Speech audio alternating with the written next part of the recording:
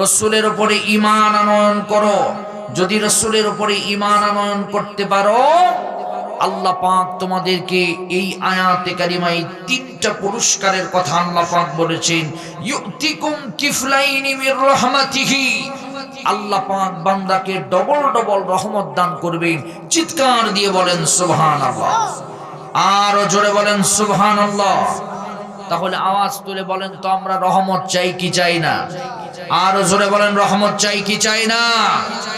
এরপরে আল্লাহ পাক বলেন ওয়ায়াজআল লাকুম নূরান তামশুনা বিহি, এমন একটি আলো আল্লাহ পাক এই পৃথিবীতে দান করবেন, যে আলো দিয়ে বান্দা আল্লাহ পাকের পথ দেখে আল্লাহ পাকের জান্নাতে চলে যাবে। জোরে বলেন সুবহানাল্লাহ। এরপরে ৩ নাম্বার হচ্ছে ওয়ায়াগফির লাকুম, আল্লাহ তাআলা বান্দার জীবনের সমস্ত গুনাহ মাফ করে দিবেন। ওয়াল্লাহু গফুরুর রহিম, নিশ্চয় আল্লাহ ক্ষমাশীল এবং দয়ালু। এই আয়াতের নামকরণ করা হয়েছে কোরআনে কারীমের সূরা আল হাদীদের ২৫ নম্বর আয়াত থেকে। আল্লাহ বলেছেন ওয়ানজালনাল হাদীদা ফীহি বাসুন শাদীদুন ওয়া মানাফিউল লিন্নাস, আল্লাহ বলেন এই লোহা পৃথিবীর মানুষের জন্য আমি তৈরি করেছি উপকারের জন্য। এই লোহা দিয়ে কিন্তু আমরা উপকার পাই, বিভিন্ন বিল্ডিং বাড়ি এই সেই বিভিন্ন কিছু তৈরি করার জন্য আমরা কিন্তু লোহা ব্যবহার করি। আর এই লোহা ব্যবহারের মাধ্যমে আল্লাহ পাক আমাদের কাজকে সহজ করে দিয়েছেন। আল্লাহ বান্দার উপকারের জন্য আল্লাহ পাক লোহা তৈরি করেছেন। চিৎকার দিয়ে বলেন সুবহানাল্লাহ। এই আয়াতে কারিমার একটি শানে নজুল আছে। এই শানে নজুলটা হলো, আহলে কিতাব ছিল, এই আহলে কিতাবেরা দ্বিগুণ দ্বিগুণ সওয়াব পেত। একটি আমল করলে ডবল ডবল করে সওয়াব তারা পাইত। এই সওয়াব পাওয়ার পর অহংকার করলো, ফখর করলো তারা। এই অহংকার করার পরে এই গর্ব প্রকাশ করে তারা বলছে আমরা একটা আমল করলে ডবল ডবল সওয়াব পাই। এই কথা যখন উম্মতে মুহাম্মাদের ভিতরে ছড়ে গেল, উম্মতে মুহাম্মাদেরা রাসূল করিম সাল্লাল্লাহু আলাইহি ওয়াসাল্লামকে জিজ্ঞাসা করলেন, ইয়া রাসূলুল্লাহ, আমরা যদি কোনো আমল করি আমাদেরকে আল্লাহ পাক কি দিবেন? আল্লাহ পাক এই আয়াতে কারিমা নাজিল করে জানায়া দিলেন, কোন উম্মতে মুহাম্মাদে যদি রাসূলের উপরে ঈমান আনে, পরিপূর্ণ ঈমান আনার মতো আনে, আল্লাহ রাব্বুল আলামিন তাকে ডবল ডবল করে পুরস্কার দান করবেন। চিৎকার দিয়ে বলেন সুবহানাল্লাহ, আরো জোরে বলেন সুবহানাল্লাহ। আমার প্রিয় বন্ধুগণ, আমার প্রিয় ভাইয়েরা আমার, আল্লাহ রাব্বুল আলামিন সুন্দর করে জানায়া দিয়েছেন আল্লাহ পাকের উপরে ঈমান আনয়ন করতে হবে। ঈমান আনয়ন প্রথমত আল্লাহর উপরে করতে হবে। আল্লাহ রাব্বুল আলামিন বলেন, বান্দা প্রথমতই ঈমান আনয়ন করবে আমার উপরে, দ্বিতীয়ত ঈমান আনয়ন করবে রাসূলের উপরে। আল্লাহ পাক কোরআনে কারীমে সুন্দর করে জানায়া দিলেন ঈমান আনয়ন করলে আমাদের কি লাভ হবে, আমরা কি লাভ অর্জন করতে পারবো। আল্লাহ পাক সুন্দর করে বলে দিলেন, ইয়া আইয়ুহাল্লাযীনা আমানু হাল আদুল্লুকুম আলা তিজারাতিন তুনজিকুম মিন আযাবিন আলীম। আমি কি তোমাদেরকে এমন একটি ব্যবসার কথা শিক্ষা দিব না, যে ব্যবসা করলে তোমরা জাহান্নামের আগুন থেকে মুক্তি পাবে? সেই ব্যবসাটা কি? সেই ব্যবসাটা হলো তুমিনুনা বিল্লাহি, আল্লাহর উপরে ঈমান আনতে হবে, ওয়া রাসূলিহি, রাসূলের উপরে ঈমান আনতে হবে, ওয়া তুজাহিদুনা ফি সাবিলিল্লাহি, আল্লাহ পাকের রাস্তায় জিহাদ করতে হবে। জান এবং মাল দিয়ে যদি জিহাদ করতে পারো, জান এবং মাল দিয়ে, আল্লাহ রাব্বুল আলামিন তোমাদের জীবনের সব গুনাহ মাফ করে দিয়া আল্লাহ পাক জাহান্নামের আগুন তোমাদের জন্য হারাম করে দিবেন। জোরে বলেন সুবহানাল্লাহ। আমার প্রিয় বন্ধুগণ, এবার তাহলে আমরা আল্লাহকে বললাম, আল্লাহ তোমার নবীর উপরে কেমন করে ঈমান আনয়ন করব? তোমার নবীর উপরে কেমন করে ঈমান আনয়ন করব? আল্লাহ রাব্বুল আলামিন সুন্দর করে জানায়া দিলেন সূরা আল বাকারা 285 নম্বর আয়াতে আল্লাহ বললেন আমানার রাসূলু বিমা উনজিলা ইলাইহি মির রাব্বিহি ওয়াল মুমিনুন কুল্লুন আমানা বিল্লাহি وملائكته وكتبه ورسله لا نفرق بين أحد من رسله وقالوا سمعنا وأطعنا غفرانك ربنا وإليك المصير আল্লাহ বললেন তোমার নবীর উপরে তোমরা ঈমান আনয়ন করবে। প্রত্যেকটা মুমিনের দায়িত্ব প্রথমত আমাদেরকে ঈমান আনতে হবে আল্লাহর উপরে, বিশ্বাস স্থাপন করতে হবে আল্লাহর উপরে। 2 নাম্বার আমাদেরকে ঈমান আনয়ন করতে হবে নবীর উপরে। যদি ঈমান আনয়ন করতে পারি আল্লাহ পাক আমাদেরকে দুনিয়া এবং আখিরাতে 4টা পুরস্কার দিবেন। আওয়াজ তুলে জবান ছেড়ে দিয়ে বলেন পুরস্কার জানো কয়টা? আরো জোরে, আপনারা কথা বলতে পারেন না, জোরে বলেন কয়টা? আরো জোরে, জোর হলো না। 4টা পুরস্কার আল্লাহ দান করবেন দুনিয়া এবং আখিরাতে। আল্লাহ বান্দাকে পুরস্কার 4টা দান করবেন। 1 নাম্বার পুরস্কার হলো ইউতিকুম কিফলাইনি মির রাহমাতিহি। আল্লাহ রাব্বুল আলামিন ডবল ডবল করে দ্বিগুণ দ্বিগুণ করে রহমত দান করবেন, দ্বিগুণ দ্বিগুণ করে পুরস্কার দিবেন।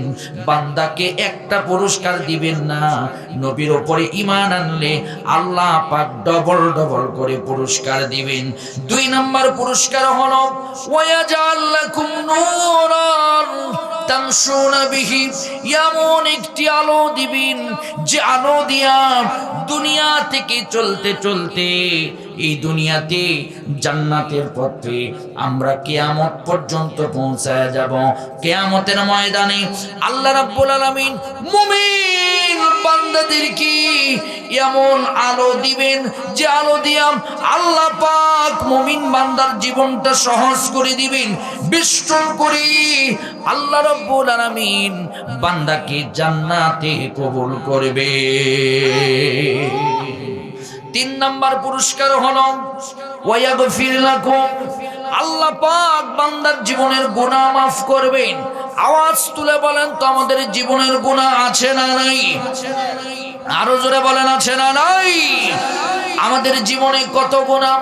আল্লাহ পাক বলেন তোমরা নবীকে যদি আদর্শ ভাবো, নবীর আদর্শের সৈনিক যদি তোমরা হও, আল্লাহ নবীকে যদি জীবনে তোমরা বাস্তবায়ন করো, আমি আল্লাহ কথা দিলাম তোমার জীবনের আগের গুনাহ মাফ করে দিব। শুধু গুনাহ মাফ করব না, ইল্লা মা তাবা ওয়া আমানা ওয়া আমিলা আমালান সালিহান ফাউলাইকা ইউবাদদিলুল্লাহু সাইয়্যাতিহিম হাসানাত ওয়া কানা আল্লাহু গফুরার রহিমা। ইল্লা মান তাবা, আর যদি তওবা করি, ফাউলাইকা ইউবাদদিলুল্লাহ, আল্লাহ পাক তার জীবনের গুনার যে জায়গা আছে ওই জায়গাটা বদল করে দিয়া আল্লাহ সওয়াব দিয়া পরিপূর্ণ করে দিবেন। 4 নাম্বার পুরস্কার হলো আল্লাহ বান্দাকে নিজেই ভালোবাসবেন। সূরা আল ইমরান আয়াত নাম্বার 31 আল্লাহ বলেন কুল ইন কুনতুম তুহিব্বুনাল্লাহা ফাত্তাবিউনি ইউহিব্বুকুমুল্লাহ। আল্লাহ নিজেই বান্দাকে ভালোবাসবেন নবীকে অনুসরণ করলে। তাহলে আওয়াজ তুলে বলেন তো নবীর উপরে ঈমান আনার দরকার, জোরে বলেন আছে না না? কেমন ঈমান আমরা আনবো? যেমন ঈমান এনেছি কামা আমানান নাস, আমাদের পূর্ববর্তী সাহাবীরা যেমন করে ঈমান এনেছে ওইভাবে ঈমান আনবো। নবীর জীবনকে এমন ভাবে অনুসরণ করব, নবীর জীবনকে আমরা এমন ভাবে অনুসরণ করব, আমরা জীবনের শুরু থেকে নিয়ে রান্নাঘর থেকে নিয়ে পার্লামেন্ট পর্যন্ত নবীর আদর্শে চালাবো, নবীর আদর্শের সৈনিক হব। দুনিয়ার কোনো মানুষের আদর্শের সৈনিক আমরা হব না। কারো বাপদাদার আদর্শ মানব না, কারো চাচার আদর্শ মানব না, লেনিনের আদর্শ মানব না, কার্ল মার্ক্সের আদর্শ মানব না। একমাত্র আদর্শের নেতা হলো বিশ্বনবী মুহাম্মদুর রাসূলুল্লাহ সাল্লাল্লাহু। আল্লাহ রাব্বুল আলামিন বলেছেন, লাকাদ কানা লাকুম ফি রাসূলিল্লাহি উসওয়াতুন হাসানাতুন লিমান কানা ইয়ারজুল্লাহা ওয়াল ইয়াওমাল আখির ওয়া যাকারাল্লাহা কাসীরা। এই দুনিয়ার কারো আদর্শের ভিতরে মুক্তি নাই। দুনিয়াতে আপনি ইংরেজদের আদর্শ মেনে মুক্তি পাবেন না। দুনিয়াতে যদি মুক্তি পেতে চান একজনের আদর্শ মানতে হবে, তিনি আর কেউ নয়, বিশ্বনবী মুহাম্মদুর রাসূলুল্লাহ সাল্লাল্লাহু আলাইহি সাল্লাম। উনি আমাদের আদর্শিক নেতা। যারা নবীকে মানবে তাদেরকে আমরা মানব, যারা নবীর আদর্শ মানবে না, নবীর সুন্নাত যারা মানবে না, নবীর দ্বীন প্রতিষ্ঠার কাজে যারা লাগবে না, যারা দ্বীন প্রতিষ্ঠার বিরোধিতা করবে তাদের সাথে আমরা নাই। আমরা আছি নবীর আদর্শ যেখানে, আমরা আছি, আরো জোরে বলেন আমরা আছি সেখানে। আমার বাবাজিরা নবীকে অনুসরণ করবেন কেমন করি? সাহাবায়ে কেরামের জীবন থেকে আপনাদেরকে বলি, নবীর জীবনের কোনো গুনাহ নাই। আল্লাহর নবীর জীবনের সব গুনাহ মাফ করে দিয়েছেন কে? কথা বলেন না কেন, জোরে বলেন কে? সাহাবীদের জীবন থেকে শোনাই, নবীকে যদি অনুসরণ করেন আর নবীর উপরে যদি ঈমান আনার মতো আনেন, আপনাদের জীবনের বরকতের দরজা, রহমতের দরজা খুলে দিবেন কে? আমার বাবাজিরা, আমি ইসলামের ইতিহাসের প্রথম দিকের কথা বলি। বিশ্বনবী ধূলিধর সমাজের ভিতরে আসলেন, যে সমাজে মারামারি, কাটাকাটি, হানাহানি, ফাটাফাটি, রক্তের উপরে রক্ত, একটা মারামারিকে কেন্দ্র করে 40 বছর পর্যন্ত ঝগড়া লেগে থাকতো। আমার বাবাজিরা সেই ঝগড়াকে মিটানোর জন্য, পরিবেশটাকে সুন্দর করে দেওয়ার জন্য আল্লাহ পাক 2টা রহমত নাজিল করলেন। প্রথম নাম্বার রহমত হলো বিশ্বনবী, দ্বিতীয় নাম্বার রহমত হলো আল কোরআনে কারীম। নবীর উপরে আল্লাহ কোরআন নাজিল করলেন, বিশ্বনবীকে বললেন, ইয়া রাসূলুল্লাহ, আপনি কোরআনের দাওয়াত দেন, আপনি ওয়া আনজির আশিরাতাকাল আকরাবিন, আপনি আপনার আত্মীয় স্বজনের ভিতরে দাওয়াত দেন। আমার নবী কোরআনের দাওয়াত দিতে শুরু করলেন। আল্লাহর নবীকে নিজের চাচা বলল, তাব্বালাকা ইয়া মুহাম্মদ আনি হাদা দাওয়াতানা, তোমার দাওয়াত বন্ধ করো, তোমার কথা বন্ধ করো।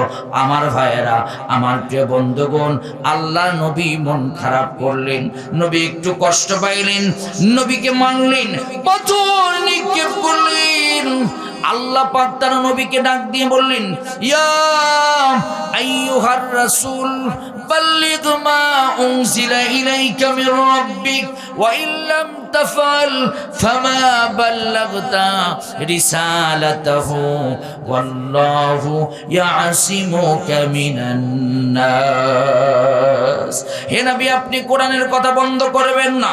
ওরা আপনাকে হুমকি দিয়েছি, আমি বললাম আপনার জীবনের দায়িত্ব আমি আল্লাহ গ্রহণ করলাম। ওয়াল্লাহু ইয়াসিমুকা মিনান নাস, কোন পৃথিবীর কোন মানুষ আপনাকে হত্যা করতে পারবে না, দুনিয়া থেকে বিদায় করতে পারবে না। আওয়াজ তুলে বলেন তো, নবীকে হেফাজতের দায়িত্ব নিয়েছেন কে? আরো জোরে বলেন কে? আমাদের জীবনের মালিক কে? আমাদের জীবনের মালিক কে? আমার প্রিয় বন্ধুগণ, আমার প্রিয় ভাইয়ের, আমার খুব মনোযোগ দিয়ে কথাগুলো শোনার চেষ্টা করবেন। আমার নবী দাওয়াত দিলেন, প্রকাশ্যে কোরআনের দাওয়াত দিতে পারলেন না। আল্লাহ নবী বসে থাকলেন না, গোপনে গোপনে কোরআনের দাওয়াত দিলেন। সুন্দর করে যখন কোরআনের দাওয়াত দিলেন আমার নবী, গোপনে গোপনে নবীর হাতে হাত দিয়ে কালিমা পড়ে মুসলমান হয়ে গেলেন। তার মধ্যে অন্যতম একজন সাহাবী, নাম তার হযরতে সালামা রাদিয়াল্লাহু তাআলা আনহু, আবু সালামা। হযরতে আবু সালামা কালিমা পড়ে মুসলমান হয়ে গেলেন। আমার ভাইয়েরা, গোপনে গোপনে কালিমা পড়ে মুসলমান হওয়ার কারণে অনেক সাহাবীদেরকে ধরে ধরে কাফেরেরা নির্যাতন করতে শুরু করলো।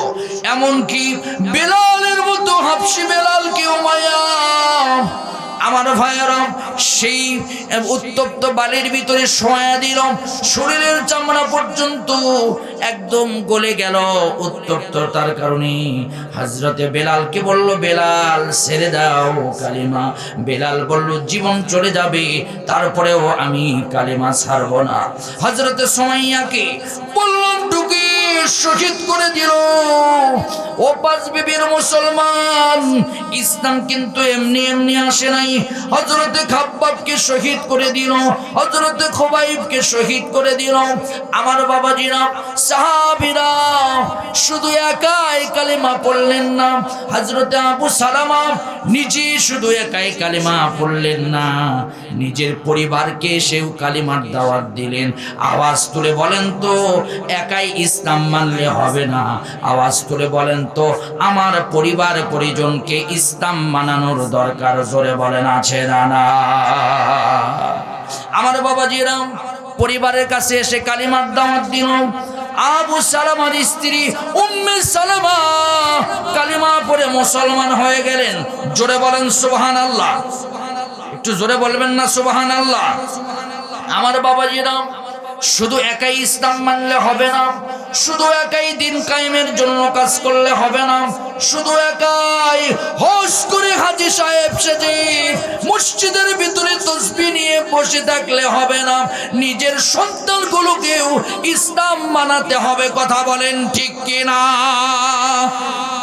শুধু একা একা নামাজ পড়লে হবে না, নিজের স্ত্রীদেরকেও নামাজের দাওয়াত দেওয়ার দরকার আছে না নাই? জোরে বলেন না, কথা বলেন না কেন? আছে না নাই? কিন্তু দেখা যায় একাই নামাজ পড়ে, তার সন্তান নামাজ পড়ে না, তার স্ত্রী নামাজ পড়ে না, স্ত্রী পর্দা করে না, একাই ইসলামী আন্দোলনের কর্মী সাজে, তার সন্তানেরা অন্য দলের কর্মী। এইরকম লোক আমাদের দেশে জোরে বলেন আছে না? না।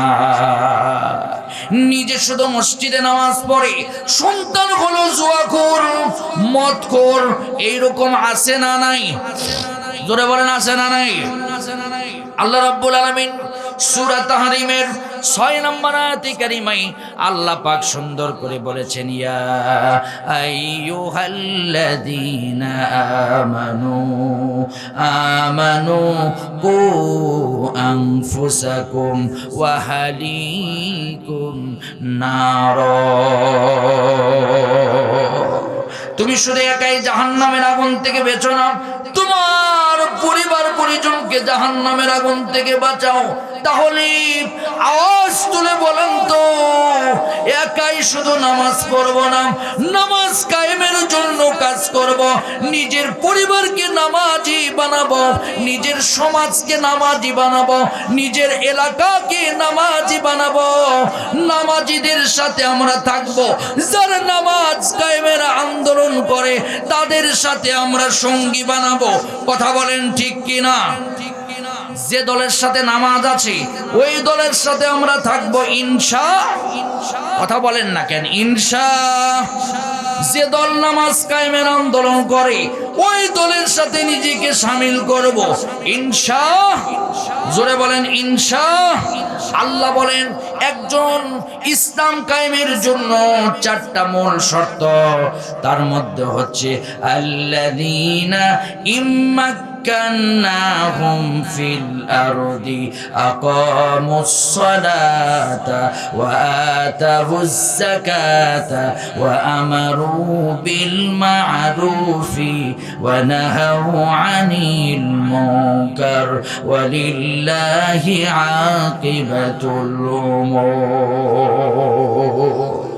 এই পৃথিবীতে যারা চারটা কাজ করবে তারা ইসলাম কায়েম করবে, নামাজ প্রতিষ্ঠার আন্দোলন করবে। কিন্তু দেখবেন অনেকে বলে আমরা ইসলামের সাথে আছি, কিন্তু 5 ওয়াক্ত নামাজের ধারে কাছেও যায় না। এইরকম নেতা বাংলাদেশে জোরে বলেন আছে না নাই? জোরে কথা বলেন না কেন, আছে না নাই?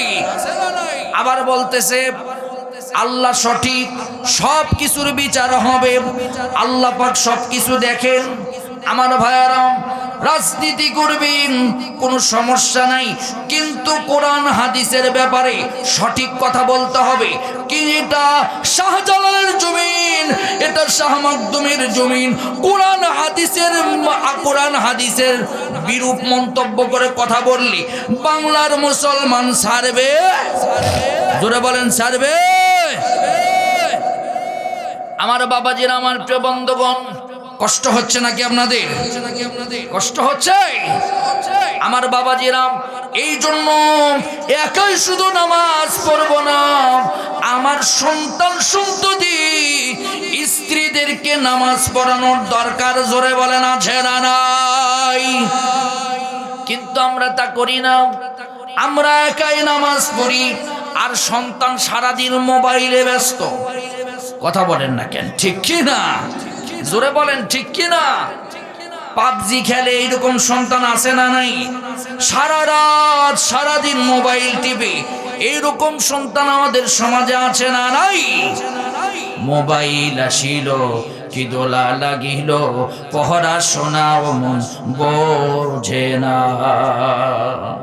আমার বাবাজিরা, আবু সালামা সহ সাহাবীরা রাসূলের কাছে এসে বলল, ইয়া রাসূলুল্লাহ, ইয়া হাবিবাল্লাহ, নবী গো, অত্যাচার আর সহ্য করতে পারি না।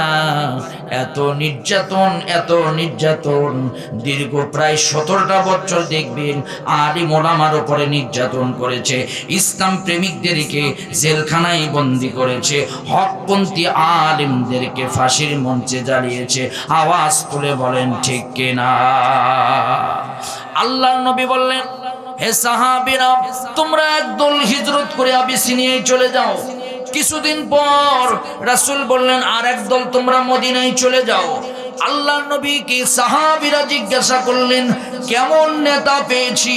এরকম নেতা, এরকম নবীর আদর্শবান নেতা যদি আমাদের সমাজেও আসে, আমাদের সমাজটাও হবে জান্নাতি সমাজ। কথা বলেন না কেন, ঠিক কি না? আমার ভাইয়েরা, সাহাবীরা বললেন, ইয়া রাসূলুল্লাহ, আপনি হিজরত করে মদিনায় যাবেন না? আল্লাহর নবী বললেন, হে সাহাবীরা, তোমরা কি হিজরত করে মক্কা থেকে মদিনায় চলে যাও। আল্লাহর নবী বললেন, হিজরত করে মক্কা ছেড়ে মদিনায় চলে যাব। সাহাবীরা, তোমরা আগে চলে যাও, আমি তোমাদেরকে নিরাপদ জায়গায় পৌঁছায় দেই। আল্লাহর নবী তাদেরকে হিজরতের আদেশ দিলেন। সাহাবীরা হিজরত করতে শুরু করলেন মক্কা ছেড়ে মদিনায়। আল্লাহর নবী মরণ বিছানায় বসে সাহাবীদেরকে সেভ করলেন। এমন নেতা বিশ্বনবী মুহাম্মদুর রাসূলুল্লাহ সাল্লাল্লাহু আলাইহি ওয়াসাল্লামের সাহাবীরা যখন মক্কা ছেড়ে মদিনায় যাচ্ছিলেন, হঠাৎ করে মক্কা ছেড়ে যখন মদিনায় যাচ্ছিলেন, সীমান্ত এলাকা, এই সীমান্ত এলাকায় আসার পর ওই কাফের বেঈমানেরা তাদেরকে ধরেছে, গ্রেফতার করেছে। সুন্দর করে ধরার পরে বলছে, কোথায় যাও? মক্কা ছেড়ে মদিনায় চলে যাই। আবু সালামাকেও ধরেছে। আবু সালামার শ্বশুর বাড়ির মক্কার কাফের সর্দারেরা ধরে বলছে, কোথায় যাও? বলল, মদিনায় যাই। কি জন্য? বলছে, আমরা রাসূলুল্লাহর উপরে ঈমান এনেছি, রাসূলের আদর্শে আদর্শবান হয়েছি। বলল, তাই নাকি? আবু সালামাকে ধরল, তার স্ত্রী উম্মে সালামাকেও গ্রেফতার করে নিয়ে গেল। যাবার পর বলল, কালিমা সার, যদি কালিমা না সারো তোমাকে নির্যাতন করব। উম্মে সালামা বলল, জীবন চলে যাবে, আমার সম্পদ চলে যাবে, আমার জীবনের এক ফোঁটা রক্তবিন্দু থাকতে আমি আল্লাহর কালিমা ছাড়ব না। কারণ মুমিনের কাছে জীবনের কোনো মূল্য নাই, মুমিনের কাছে তার জানের কোনো মূল্য নাই, তার সম্পদের কোনো মূল্য নাই, তার সন্তানের কোনো মূল্য নাই, কিন্তু একজন মুমিনের কাছে ঈমানের মূল্য অনেক বেশি। কথা বলেন না কেন, ঠিক কিনা? আরো জোরে বলেন, ঠিক কিনা? আমার ভাইয়ের, আমার প্রিয় বন্ধুগণ, আল্লামা সাঈদী সাহেব, তাকে প্রস্তাব দেওয়া হলো, আল্লামা সাঈদী সাহেবকে প্রস্তাব দেওয়া হলো, আল্লামা আপনি ওই দল থেকে সরিয়ে আসেন, আপনাকে আমরা সুন্দর একটা আসন দিব। আল্লামা সাঈদী সাহেব বললেন, জীবন চলে যাবে, তারপরও বাতিলের কাছে মাথা নত করব না, শহীদ হয়ে যাব, তারপরও বাতিলের কাছে মাথা নত করব না। 13 বছর আল্লামা সাঈদী সাহেবকে জেলখানার ভিতরে বন্দি করা হলো।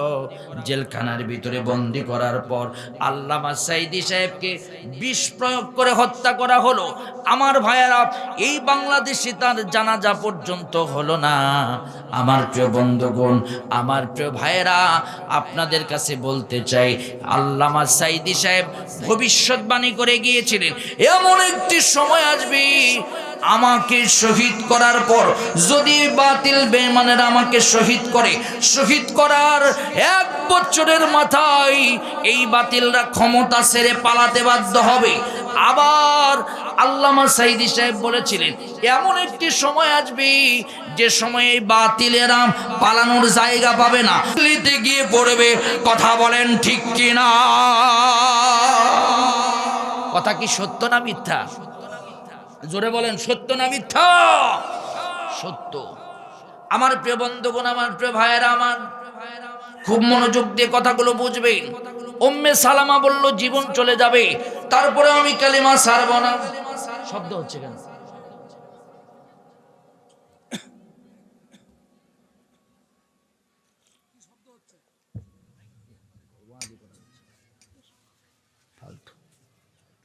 তুমি মাইক ঠিক করো, বুঝতেছো না কথা? আমি বলতেছি তুমি মাইক দাও, এইরকম করে দূরে থেকে এই পাশ থেকে 2টা মাইক দাও। ভাই তুমি সেটিং করো, বাইরে সাউন্ড হচ্ছে না। তুমি তোমার মতো করে থাকলে হবে, আমি দূরে থেকে কথা বলতে পারছি না। ভাই হুজুর আসুক, তোমাদের যা করা লাগে হুজুর করবে, অসুবিধা, আমার কিছু করার নেই। মানুষ না শুনতে পারলে, কমিটি না আপত্তি করলে আমাদের কিচ্ছু করার নেই, অসুবিধা নেই। থাক আমার ভাইয়ের, আমার প্রিয় বন্ধুগণ, রাগ করতেছেন আপনারা? আমার কথায় কি রাগ করতেছেন? আমার ভাইয়ের, আমার প্রিয় বন্ধুগণ,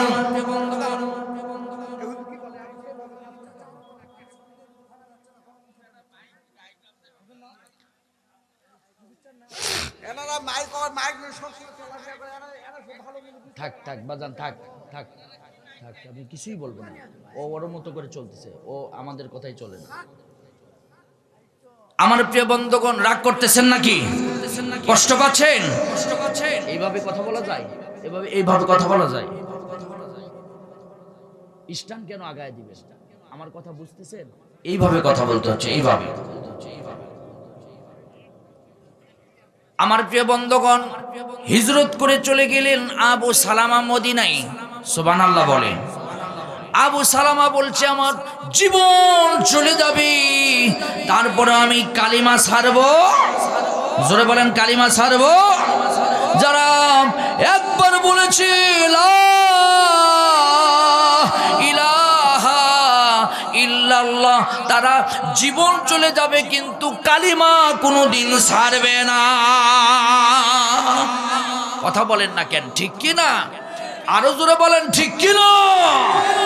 বাতিল বেঈমান যতই ভয় দেখাক না কেন, আমরা একবার যখন পড়েছি লা ইলাহা ইল্লাল্লাহ, আমরা কালিমা কোনোদিন ছাড়বো? জোরে বলেন ছাড়বো? আমার প্রিয় বন্ধুগণ, মক্কা ছেড়ে মদিনায় চলে গেল। যাবার পর আবু সালামা মনে বড় কষ্ট, মনে বড় দুঃখ। আমার ভাইয়েরা পাহাড়ের ভিতরে বসে আছেন, এই পাহাড়ের ভিতরে বসে বসে কান্নাকাটি করতেছে, চোখের পানি ছাড়াচ্ছে। আল্লাহর নবী, বিশ্ব নবী কিছুদিন পর মক্কা ছেড়ে যখন মদিনায় হিজরত করে চলে গেলেন, আল্লাহর নবী রাস্তা দিয়ে যাচ্ছিলেন, দেখলেন একটা কান্নার আওয়াজ আসতেছে, একটা কান্নার আওয়াজ আসতেছে। বিশ্ব নবী মুহাম্মদুর রাসূলুল্লাহ এক পা দুই পা করে সামনের দিকে চলে গেলেন। যাওয়ার পরে বললেন, আসসালামু আলাইকুম ওয়া রাহমাতুল্লাহি ওয়া বারাকাতুহু। সালাম দিলেন, আল্লাহর নবীর সালাম গ্রহণ করলেন। বিশ্ব নবীর সালাম গ্রহণ করার পরে বললেন, আবু সালামাকে বললেন, কেমন আছো? আবু সালামা বলছে, আলহামদুলিল্লাহ নবী, কিন্তু মনে বড় দুঃখ, মনে বড় কষ্ট নবী। আমার স্ত্রীকে রেখে এসেছি, আমার স্ত্রীকে কাফের বেঈমানেরা ঈমান আনার কারণে আমার ছোট্ট দুইটা সন্তান সহ আমার স্ত্রীকে কই কাফের বেঈমানেরা বন্দী করেছে। আমার মনের ভিতরে বড় কষ্ট। আওয়াজ তুলে বলেন তো, সন্তান পরিবার পরিজনের মায়া মহব্বত আমাদের কলিজায় দিয়েছেন কে? হাত তুলে বলেন কে? আরো জোরে বলেন কে? আমাদের অন্তরের ভিতরে আল্লাহ পাক সন্তানের মহব্বত দিয়েছেন, স্ত্রীর মহব্বত দিয়েছেন।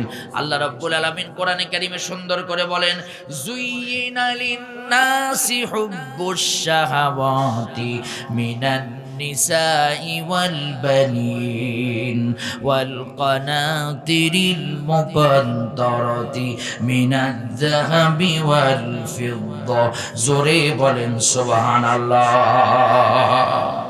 সন্তান সন্ততি, নারী এবং স্বর্ণরৌপ্য, এইগুলোর মহব্বত আমাদেরকে দিয়েছেন কে? সবাই কথা বলেন, দিয়েছেন কে? আল্লাহ পাক আমাদেরকে দিয়েছেন। স্ত্রী ওই সেই দিনাজপুর থেকে 5 বিবির লোকের সাথে বিয়ে হয়, দেখবেন এক তিনটা মাত্র কবুল বইলা নিজের বাবার বাড়ি, নিজের সব কিছু ছেড়ে স্ত্রী স্বামীর জন্য চলে আসে। এমনকি মৃত্যু পর্যন্ত স্বামীর জন্য স্বামীর বাড়িতে থাকে। স্বামী রান্না করে নেয়, কাপড় ধুয়ে নেয়, সন্তান মানুষ করে নেয়।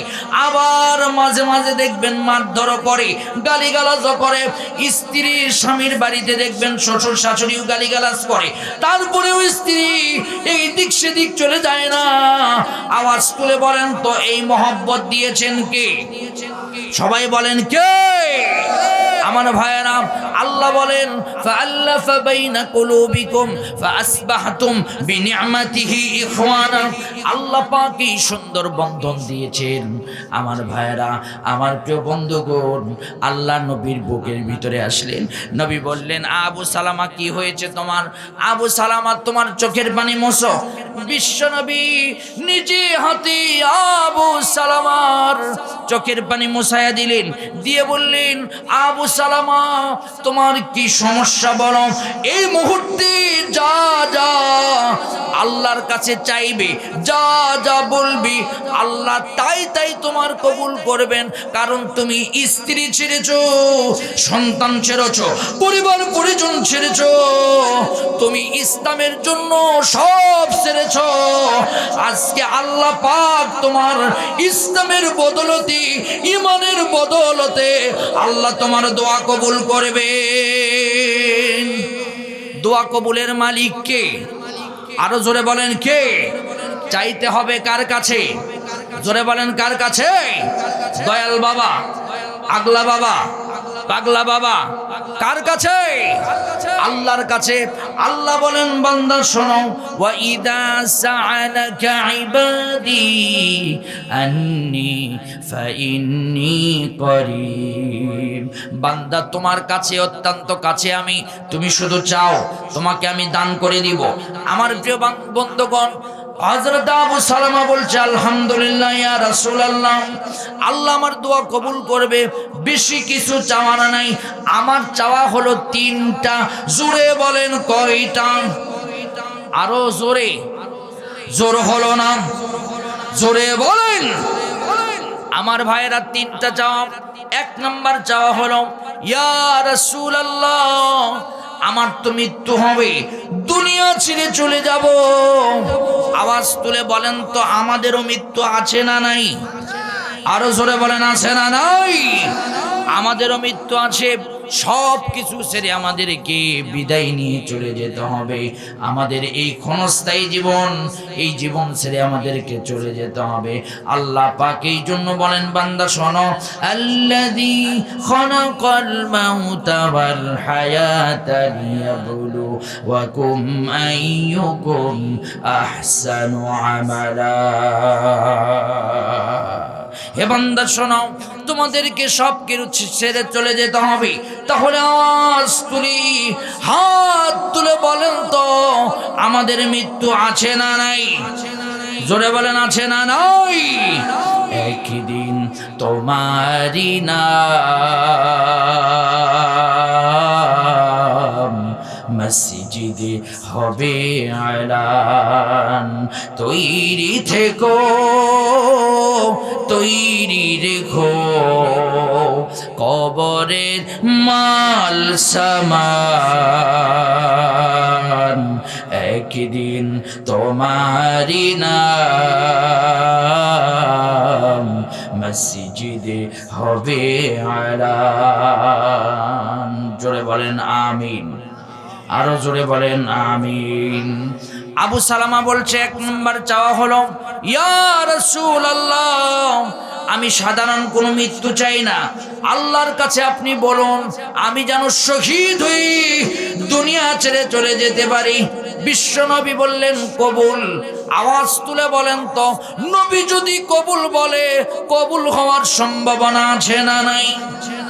জোরে বলেন, আছে না নাই? যেই নবী হা বললে হালাল, না বললে হারাম, সেই নবী যদি কারো জন্য সুপারিশ করে, সুপারিশ কবুল হওয়ার সম্ভাবনা আছে না নাই?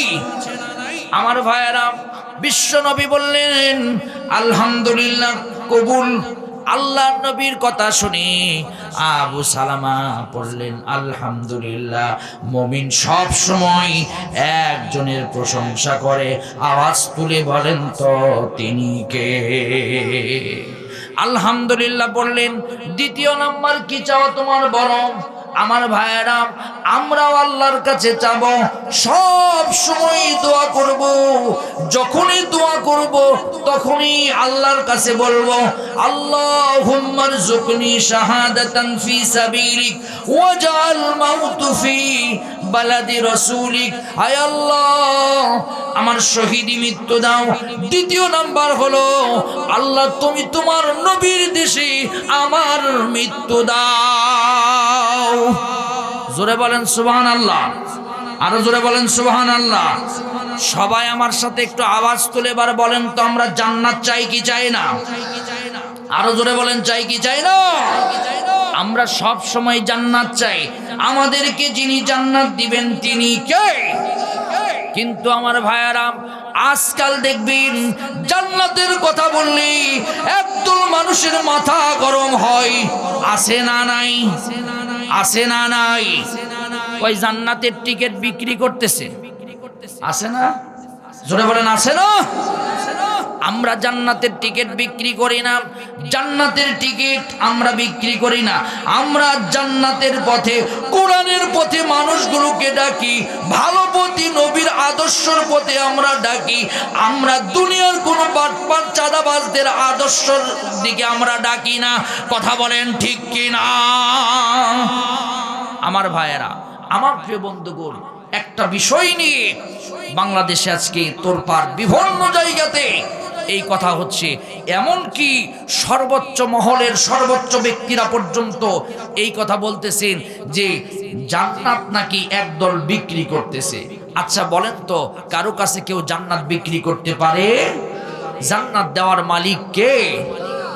এখন যদি আপনি জান্নাতের কাজ না করেন, জান্নাতে কি যেতে পারবেন? কথা বলেন না কেন, জান্নাতে যেতে পারবেন? তাহলে জান্নাতে যাওয়ার জন্য যে কাজগুলোর দরকার, যে কর্মগুলোর দরকার, যে পথের দরকার, সেই পথেই ইসলাম প্রেমিকার কোরআন প্রেমিকরা ডাকে। যদি আপনি নওগাঁর বাসে ওঠেন, নওগাঁ যাবেন।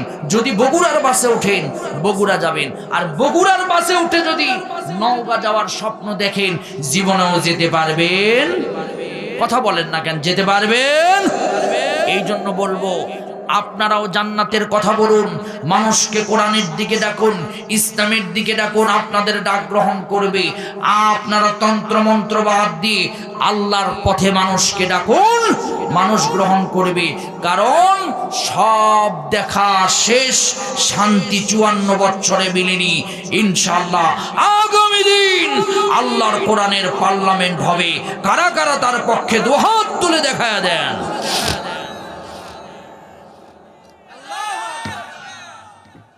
এই তাকবীরের আওয়াজ, সর্বোচ্চ একটা আওয়াজ তোলেন তো দেখি। লিল্লাহে তাকবীর। আর একটু জোরে দেন তো দেখি। লিল্লাহে তাকবীর। যারা দাঁড়িয়ে আছেন বাহিরে, তাদের কাছে অনুরোধ করছি, তারা ভিতরে প্রবেশ করুন। তাহলে আমরা জান্নাতের টিকিট বিক্রি করি না। দুনিয়াতে কেউ জান্নাতের টিকিট বিক্রি করার অধিকার রাখে না। অনেকে দেখবেন ধর্মের কথা বলে, ভোট আসলেই ধর্মের কথা বলে, কিন্তু আমরা ধর্মের উপরে সারা জীবন আছি। ইসলাম ছাড়া, কোরআন ছাড়া অন্য কিছু, অন্য কোনো পথে ডাকলে সেই ডাক কবুল হবে? জোরে বলেন না কেন? হবে। وَمَن يَبْتَغِي غَيْرَ الْإِسْلَامِ دِينًا فَلَن يُقْبَلَ مِنْهُ وَهُوَ فِي الْآخِرَةِ مِنَ الْخَاسِرِينَ। ইসলাম ছাড়া অন্য কিছু আল্লাহর দরবারে কবুল হবে? সবাই বলেন কবুল হবে। তাই আমরা ইসলামের পক্ষে, কোরআনের পক্ষে। আল্লাহ তৌফিক দান করুন। আওয়াজ তুলে বলেন আমিন। আমার প্রিয় বন্ধুগণ, আমার প্রিয় ভাইয়ের, আমার আবু সালামা চোখের পানি মুছে বলছে, দ্বিতীয় নাম্বার চাওয়া হলো, ইয়া রাসূলুল্লাহি, ইয়া হাবিবাল্লাহি। দ্বিতীয় নাম্বার চাওয়া হলো, আপনি যেহেতু দোয়া করেছেন, তার মানে আমি শহীদ হয়ে যাব। আমার কোন শহীদ হওয়া থেকে বিচ্ছিন্ন হয়ে যাব না। আপনার দোয়া আল্লাহর দরবারে কবুল হবে।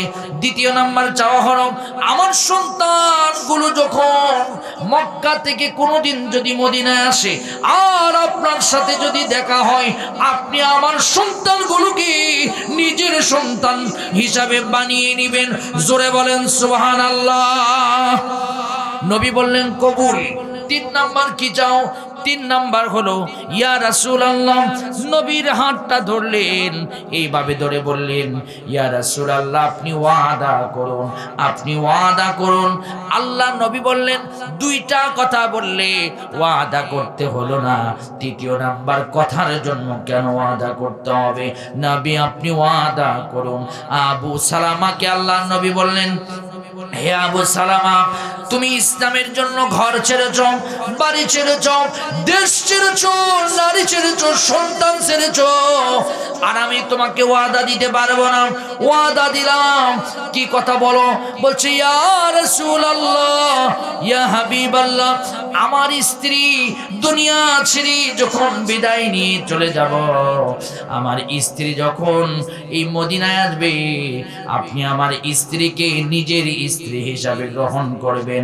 আল্লাহর নবী আর কোনো কথা বললেন না। যুদ্ধ শুরু হলো। আবু সালামা যুদ্ধে শহীদ হয়ে গেলেন। আল্লাহর নবী দাফন কাফন করলেন। কিছুদিন পর একদিন মসজিদে আমার নবী নামাজ পড়াচ্ছিলেন, নামাজের ইমামতি করছিলেন। নবী ছিলেন রাষ্ট্রের ইমাম, নবী ছিলেন নামাজেরও ইমাম। এখন যারা নামাজ পড়ানোর যোগ্যতা রাখে, তাদেরকে আমরা রাষ্ট্রের ইমাম বানাবো ইনশাআল্লাহ। জোরে বলেন না কেন? ইনশাআল্লাহ। আমরা নামাজি, আমরা কোনো বেনামাজের পিছনে ছুটবো? জোরে বলেন না কেন? ছুটবো। আমরা নামাজি দেখে ভোট দিব, নামাজি দেখে ইমাম বানাবো, নামাজি দেখে আমরা সমাজের ইমাম বানাবো।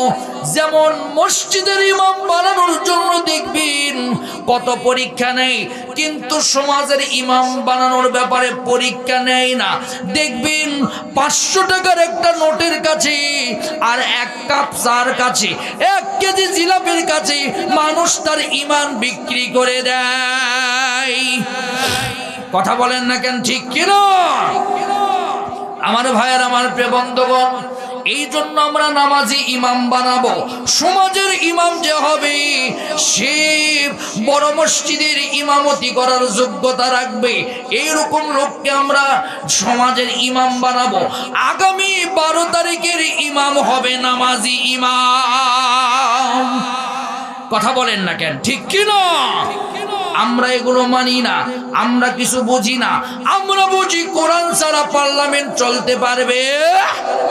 জোরে বলেন, পারবে? আমার ভাইয়ের, আমার প্রিয় বন্ধুগণ, নবীর নামাজ শেষ হয়ে গেল। নামাজ শেষ হওয়ার পর আল্লাহর নবী দেখলেন একজন মহিলা নবীকে ডাকতেছে। নবী তার কাছে গেলেন। সংক্ষিপ্ত করে বলছি, কেমন রহমত আল্লাহর নবীর উপরে ঈমান আনলে কেমন রহমত পাওয়া যায় সেই বিষয়টা বোঝানোর জন্য আমি এসেছি। ওয়া আমিনু বিরাসূলিহি ইউতিকুম কিফলাইনি মির রাহমাতিহি, কেমন ডবল রহমত আল্লাহ দিবেন সেই বিষয়টা বোঝানোর জন্য এসেছি। আল্লাহ নবী বললেন, হে মহিলা, তোমার পরিচয় দাও। মহিলা বলছে, আমার স্বামীর নাম হলো আবু সালামা। আমার স্বামীর খবর কি? আল্লাহর নবী বললেন, তোমার স্বামী জান্নাতের পাখি হয়ে উঠতেছে। আবু সালামার কথা শুনে আমার নবী টপ টপ করে চোখ দিয়ে পানি পড়ে গেলেন। আহারে, আবু সালামা শহীদ হয়ে দুনিয়া থেকে বিদায় নিয়েছে। স্ত্রী বললেন, আলহামদুলিল্লাহ, আলহামদুলিল্লাহ। এই কথা বলার পর আমার ভাইয়েরা, বিশ্বনবী বললেন, উম্মে সালামা, তোমার কোনো টেনশন নাই। তুমি তোমার 2টা সন্তান নিয়ে, এক বর্ণনা এসেছে 1টা সন্তান, আর এক বর্ণনা এসেছে 2টা সন্তান। 2টা সন্তান নিয়ে তুমি ওই দেখা যায় বাড়ি, ওই বাড়িতে বসবাস করো। আমি নবী সব সমস্যার সমাধান তোমার করে দিব।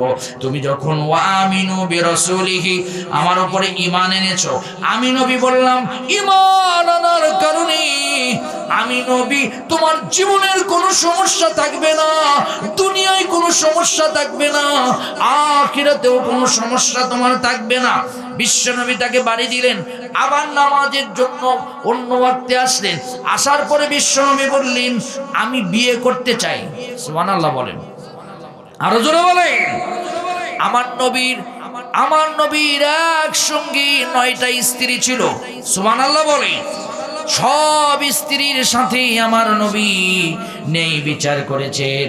প্রত্যেকটা স্ত্রী নবীর ন্যায় বিচারের প্রমাণ দিয়েছেন।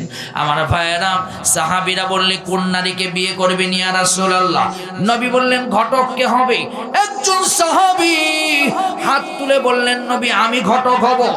আল্লাহ নবী বলেন, ওই তো দেখা যায় বাড়ি, উম্মে সালামা নাম, তার বাড়িতে যাও, বিয়ের প্রস্তাব দাও। আল্লাহ নবীর কথা মতো উম্মে সালামার বাড়ির দরজায় সাহাবী গেলেন। দরজায় গিয়ে নক করলেন, দরজায় গিয়ে সালাম দিলেন। আওয়াজ তুলে বলেন তো, দরজায় গিয়ে অনুমতি নেওয়ার দরকার জোরে বলেন, আছে না নাই? কারো বাড়িতে প্রবেশ করতে হলে অনুমতির দরকার আছে না নাই? আল্লাহ পাক কোরআনে কারীমে সুন্দর করে বলেছেন, ইয়া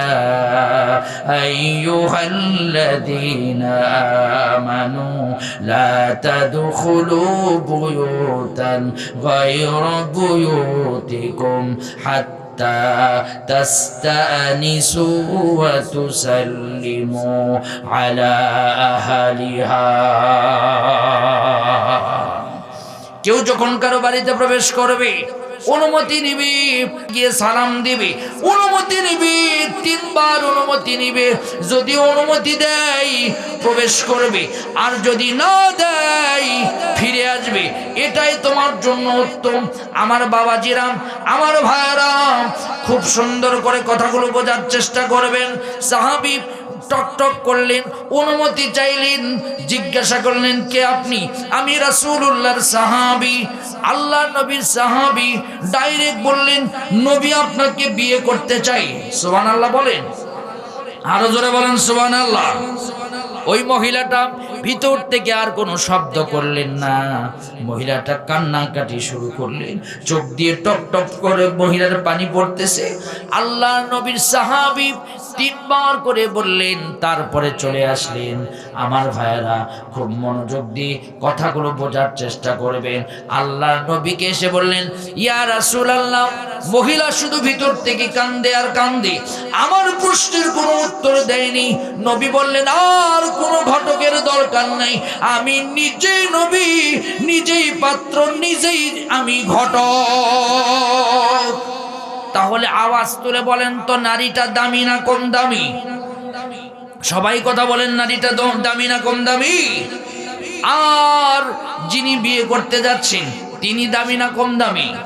এই পৃথিবীর সব স্বামীদেরকে যদি একটা পাল্লায় দেওয়া হয়, আর আমার নবী বিশ্ব নবীকে যদি আর একটা পাল্লায় দেওয়া হয়, আমার নবীর ওজনটাই বেশি হয়ে যায়। আমার নবী সব কিছুর আদর্শ, আমার নবী সেনাপতি হিসাবে আদর্শ, আমার নবী নানা হিসাবে আদর্শ, আমার নবী স্বামী হিসাবে আদর্শ, আমার নবী একজন যোদ্ধা হিসাবে আদর্শবান, আমার নবী একজন নেতা হিসাবে এই পৃথিবীর সব নেতাদের আদর্শ। কথা বলেন না কেন, ঠিক কিনা? আমার ভাইয়েরা, বিশ্বনবী দরজায় গেলেন নামাজ পড়ে, নক করলেন, ভিতর থেকে উত্তর আসলো, কে আপনি? নবী বললেন, আনা মুহাম্মদ ইবনে আব্দুল্লাহ, আমি মুহাম্মদ ইবনে আব্দুল্লাহ, কি চান আমার দরজায়? আল্লাহ নবী বললেন, তোমাকে বিয়ে করতে চাই। জোরে বলেন সুবহানাল্লাহ। নবীর বিয়ের কথা শুনে নারীটা ভিতরে থেকে শুধু কান্দে আর কান্দে।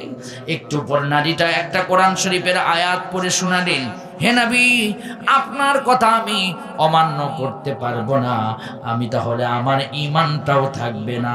ওয়া মা কানা লিমুমিনিন ওয়ালা মুমিনাতিন ইযা কাদাল্লাহু ওয়া রাসূলুহু আমরান আইয়াকুনা লাহুমুল খিয়ারাতু মিন আমরিহিম ওয়া মান ইয়াসিল্লাহা ওয়া রাসূলুহু ফাকাদ দাল্লা দালালাম মুবিনা।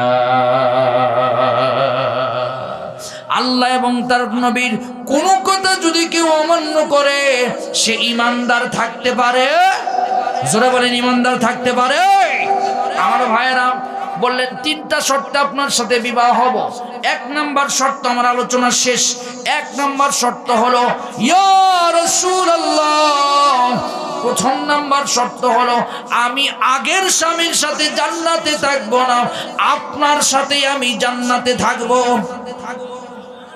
আরো জোরে বলেন সুবহানাল্লাহ। কেমন নারী ছিল?